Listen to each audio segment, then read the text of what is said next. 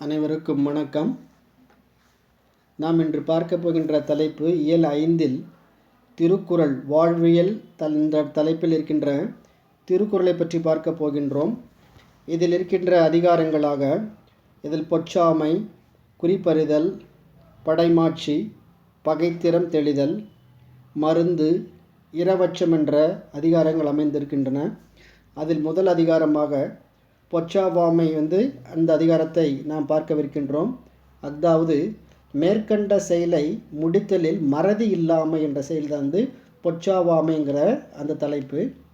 இதில் மகிழ்ச்சியினால் மறதி கூடாது, மகிழ்ச்சியினால் நாம் மறந்துவிடக்கூடாது என்பதை விளக்குகின்றது. இதில் இகழ்ச்சியில் கெட்டாரை உள்ளுக தாம் தம் மகிழ்ச்சியில் மைந்துறும் பொழுது, இந்த திருக்குறளை படிக்கின்ற பொழுது அடுத்த வரி இருக்கின்றதை முதலாக படிக்கும்போது, தம் மகிழ்ச்சியின் தாம் தம் மைந்துறும் பொழுது, தமக்கு ஏற்பட்ட மகிழ்ச்சியினால் தாம் ஒருவர் மைந்தொறும் பொழுது வலிமை அடையும் சமயத்தில் இகழ்ச்சியில் முன்பு அம்மகிழ்ச்சியினால் உண்டான மறதியால் கெட்டாரை அறிந்தவர்களை உள்ளுக நினைத்து கொள்க. ஒருவர் தம் மகிழ்ச்சியினால் வலிமையுற்று வாழும்போது முன்பு அம்மகிழ்ச்சியினால் ஏற்பட்ட மறதி காரணமாய் அழிந்தவர்களை நினைவில் கொண்டு மறதியின்றி வாழ்வாராக. இதனால்தான் மகிழ்ச்சியினால் மறதி கூடாது என்று இங்கே ஆசிரியர் விளக்குகின்றார். அதை அடுத்து நினைத்த பொருளை அடைதல் எளிதல் என்று சொல்வார்கள். நினைத்த பொருளை அடைதல் அல்லது எளிதல். இதில் உள்ளியது எய்தல் எளிது மண் மற்றும் தான் உள்ளியது உள்ள பெறின். இதை எவ்வாறு எடுத்துக்கொள்ள வேண்டும்? தான் உள்ளியது என்றால் ஒருவன் தான் அடைய நினைத்த பொருளை, மற்றும் உள்ளியது உள்ள பெறின் பின்னும் அதனையே எப்பொழுதும் நினைத்து கொண்டே இருப்பானால் எய்துதல் நினைத்தவாறே அடைதல் எளிது மண் அப்படின்னா எளிதாகும். ஏன்னா ஒருவன் தான் அடைய நினைத்த பொருளை பற்றி எப்பொழுதும் நினைத்து கொண்டே இருப்பானே ஆனால் தான் நினைத்தவாறே அந்த அடைதல் எளிதாகும். அப்போது நினைத்தவாறே நாம் அதை அடைய வேண்டுமென்றால் அதை அந்த செயலில் முயற்சியில் நாம் ஈடுபட வேண்டும், அதை நினைத்து கொண்டே இருக்க வேண்டும் என்ற செய்தியை இந்த குறளானது விளக்குகின்றது. அதை தொடர்ந்தாக குறிப்பறிதல் என்று சொல்கின்ற பொழுது எதன் மூலமாக நாம் குறிப்பை உணர்கின்றோம்? இதில் அதாவது ஒருவர் உள்ள கருத்தை அவர் கூறாமலேயே முகம், கண் முதலியவற்றின் குறிப்பால் அறியும் திறம். அதாவது ஒருவர் தாம் உள்ள கருத்தை அவர் கூறாமலேயே நம் கண் முன்னே முதலியவற்றின் குறிப்பால் அறியும் திறம்தான் குறிப்பறிதல். அது குறிப்புணர்வாரை துணை செய்க என்று சொல்கின்றோம். இதில் குறிப்பில் அப்படின்றால் பிறர் முகம், கண் முதலியவற்றின் குறிப்புகளால் குறிப்பு உள்ளவாரை அவர் மனத்து நிகழும் குறிப்பினை உணர வல்லவரை தம் உறுப்பினுள் யாது கொடுத்தும் அவர் வேண்டுவதை கொடுத்தாவது கொளல் துணையாக கொள்க. அப்படின்றால் பிறர் முகம், கண் முதலியவற்றின் குறிப்புகளால் அவர் மனத்து நிகழும் குறிப்பினை உணர வல்லாரை தம் உறுப்பினுள் அவர் வேண்டுவதை கொடுத்தாவது துணையாக கொள்க என்றுதான் இதை குறிப்பு உள்ளவர் என்று சொல்கின்றார்கள். அதே போல அதில் பகைமையும் கேண்மையும் கண்ணுரைக்கும் கண்ணின் வகைமை உணர்வார் பெறின். இதில் அந்த திருக்குறளை எவ்வாறு படிக்க வேண்டும்? கண்ணிமை கண்ணின் வகைமை என்றால் ஒருவரது கண்ணோக்கு வேறுபாட்டின் தன்மையை உணர்வார் பெறின் அறிய வல்லாரை பெற்றால் அவருக்கு பகைமையும் கேண்மையும் அப்படி என்றால் மற்றவர்களின் பகையையும் நட்பினையும் கண் உரைக்கும் அவர்கள் கண்களே அறிவித்து விடும். இதைதான் ஒருவரது கண்ணோக்கு வேறுபாட்டின் தன்மையை அறிய வல்லவரை பெற்றால் அவருக்கு மற்றையவர்களின் பகைமையும் நட்பையும் அவர்கள் கண்முன்னே அறிவித்து விடும். இதைதான் குறிப்பறிய உதவும் கண்ணின் இயல்பு என்று கூறுவர். அதை தொடர்ந்து படைமாட்சி. படைமாட்சி என்பது மரம் மானம் மாண்ட வழிச்செலவு தேற்றம் என 4 ஏமம் படைக்கு என்று சொல்கின்ற பொழுது இங்கே ஒவ்வொரு இதில் மரம் என்றால் அஞ்சாத வீரமும், மானம் பழிக்கு அஞ்சும் மானமும், மாண்ட வழி செலவு தனக்கு முன் இருந்த வீரர்கள் சென்ற வழியிலே தானும் செல்லுதலும், தேற்றம் மன்னனால் இவன் தகுந்தவன் என அறியப்படுத்தலும் என 4 ஆகிய இந்நான்கு குணமே படைக்கு ஏமம். படைக்கு அரணாக இருக்கும். அப்படி என்றால் அஞ்சாத வீரம், பழிக்கு அஞ்சாத மனம், தனக்கு முன் இருந்த வீரர்கள் சென்ற வழியிலே தானும் செல்லுதல், மன்னனால் இவன் தகுந்தவன் என்று அறியப்படுதல் ஆகிய இந்நான்கு குணமே படைக்கு அரணாக இருக்கும். அதை தான் இங்கே இந்த படைமாட்சி என்ற தலைப்பில் அமைந்துள்ளது. அதைத் தொடர்ந்து பகைத்திறம் தெளிதல். பகையினுடைய திறமானது தெளிந்து கொள்ளுதல். இதனுடைய பகுதியாக பகையென்னும் பண்பில் அதனை ஒருவன் நகையேயும் வேண்டற்பாற்றன்று. பகையென்னும் பண்பில் என்று சொல்கின்ற பொழுது இங்கே ஒருவன் பகை என்னும் பண்பு இலதனை பகைமை என்று சொல்லப்படும் தீமை பயப்பதனை என்ன செய்ய வேண்டுமாம்? நகையேயும் வேண்டற்பாற்றன்று. விளையாட்டின் கண்ணே ஆயினும் வேண்டற்பாற்றன்று, விரும்பத்தக்கது அன்று. அப்போது விளையாட்டின் கண்ணும் விரும்பத்தக்கது அன்று எது என்று கேட்டால், ஒருவன் பகைமை என்று சொல்லப்படும் தீமை பயப்பதனை விளையாட்டிலும் கூட விரும்பத்தக்கது அன்று என்று கூறுவர். இதைதான் விளையாட்டின் கண்ணும் விரும்பத்தக்கது அன்று என்று சொல்வர். இதுதான் பகைத்திறம் தெளிதல். இதிலேயே அடுத்ததாக சொல்லேர் உழவர் பகை கொள்ளற்க. ஒருவன் வில்லை அந்த ஏராய் கொண்ட உழவருடன் சொல்லுவாங்க இல்லையா, அதனால்தான் வில்லேர் உழவர். ஒருவன் வில்லை ஏராய் கொண்ட உழவரோடு பகை கொளினும் பகை கொண்டான் ஆயினும் சொல்லேர் உழவர் சொல்லை ஏராய் கொண்ட உழவரோடு பகை கொள்ளற்க பகை கொள்ளாது ஒழிவான் ஆகுக. அப்போ ஒருவன் வில்லை ஏராய் கொண்ட உழவரோடு பகை கொண்டான் ஆயினும் சொல்லை ஏராய் கொண்ட உழவரோடு பகை கொள்ளாது ஒழிவான் ஆகுக. அதை தொடர்ந்து பகையை இளமையிலேயே அழிக்க. அந்த பகை என்ன செய்ய வேண்டுமாம்? இளமையிலேயே நாம் அழிக்க வேண்டுமாம். அதை தான் அந்த பகைவருக்கு இளையதாய் முள்மரம் கொள்க, இளையதாய் முள்மரம் கொள்க கலையுணர் கை கொள்ளும் காழ்த்த இடத்து. அந்த கை கொள்ளும் காழ்த்த இடத்து என்று சொல்லுகின்ற பொழுது நாம் என்ன செய்ய வேண்டும்? அந்த முள்மரம் வெட்டிய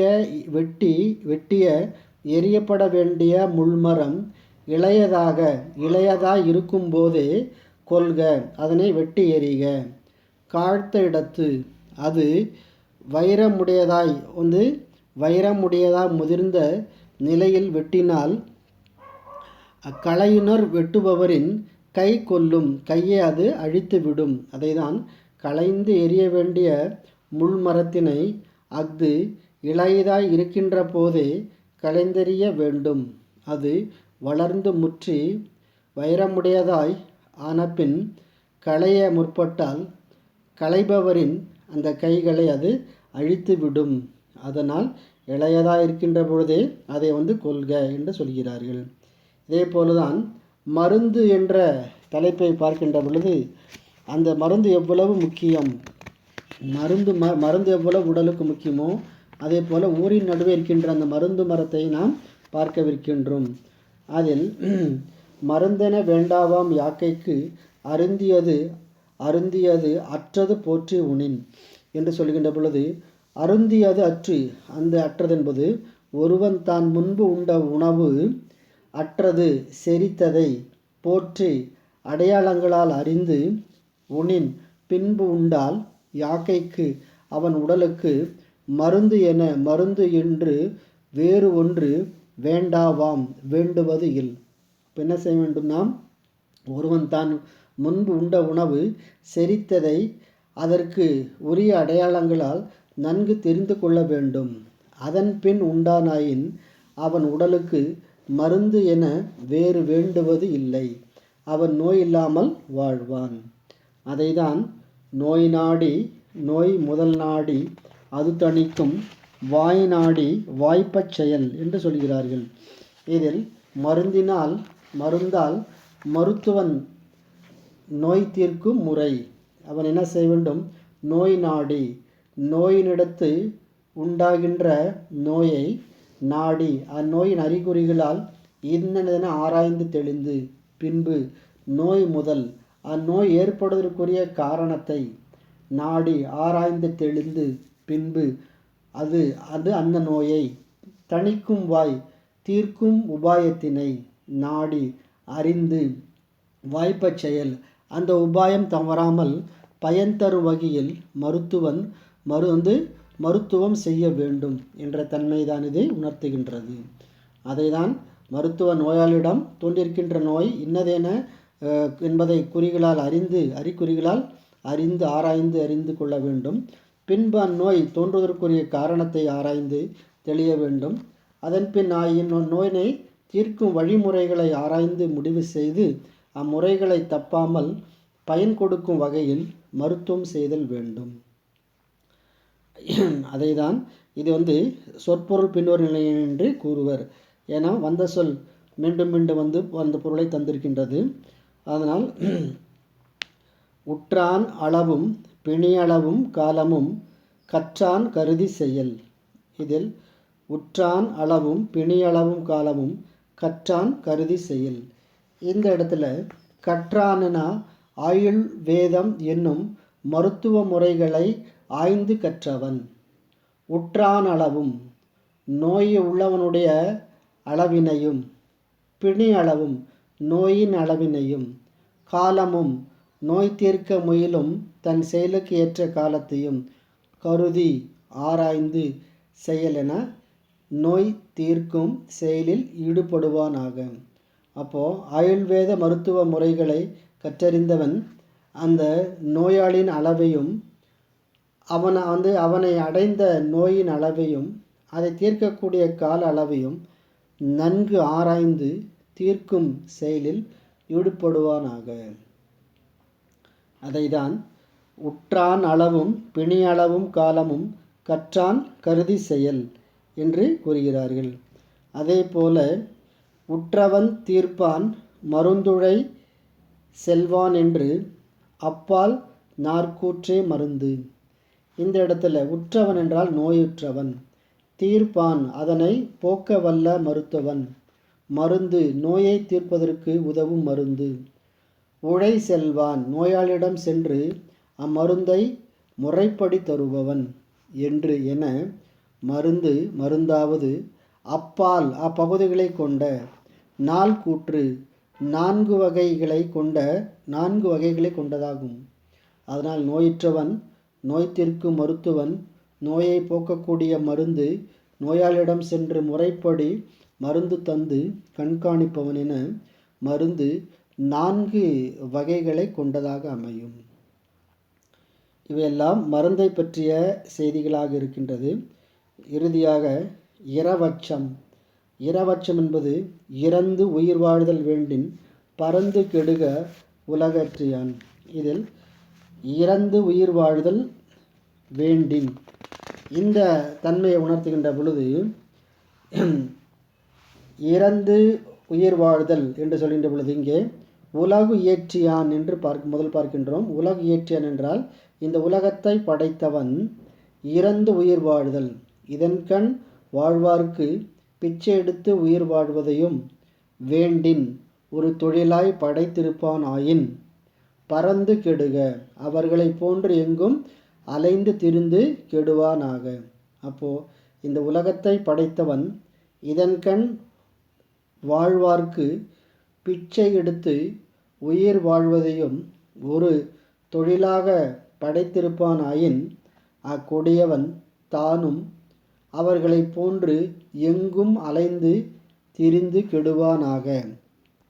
யார் இதை படைத்தார்களோ அவர்களும் அந்த தன்மையிலிருந்து மாறுவாராக என்று செய்தியை விளக்குகின்றது.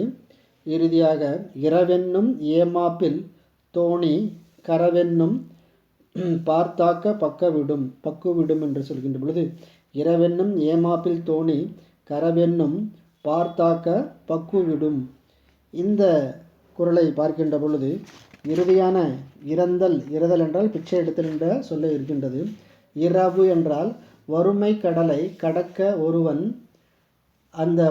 கை கொண்ட இரத்தலாகிய ஏமாப்பு இல் தோணி காவல் இல்லாத படகு அதன்கண் செல்லும்போது கரவு என்னும் என்றால் கரத்தல் என்னும் பார்த்தாக்கம்னா பாறை தாக்குமாயின் பக்கு விடுமனான் பிளந்து விடும்.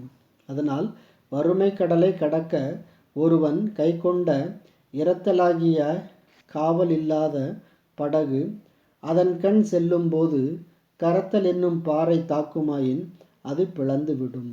இதைதான் இரத்தல் தொழில் கரத்தால், இரத்தல் என்பது தொழில் கரத்தால் சிதையும் என்ற செய்தியை ஆசிரியர் இங்கே கூறுகின்றார்.